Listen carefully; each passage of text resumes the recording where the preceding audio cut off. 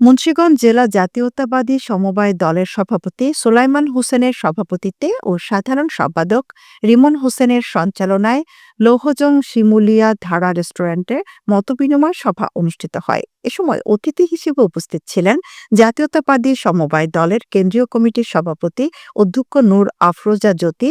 বিশেষ অতিথি ছিলেন কেন্দ্রীয় কমিটির সাধারণ সম্পাদক মোহাম্মদ নাজিম উদ্দিন। আরও উপস্থিত ছিলেন মুন্সিগঞ্জ জেলা জিয়া মঞ্চের সাধারণ সম্পাদক শহীদুল ইসলাম বাবু, জেলা সমবায় দলের সিনিয়র যুগ্ম সম্পাদক সুমন মল্লিক, মোহাম্মদ শামীম, দপ্তর সম্পাদক চঞ্চল, প্রচার সম্পাদক সোহেল মাতবর, উপজেলা যুবদলের আহ্বায়ক কমিটির সদস্য উমর ফারুক বাবু, শ্রীনগর উপজেলা জিয়া মঞ্চ এর সহসভাপতি লিটন, জুয়েল খান বাবু, মোহাম্মদ তৌহিদুল ইসলাম, আবু হাসান সহ আরও অনেকে।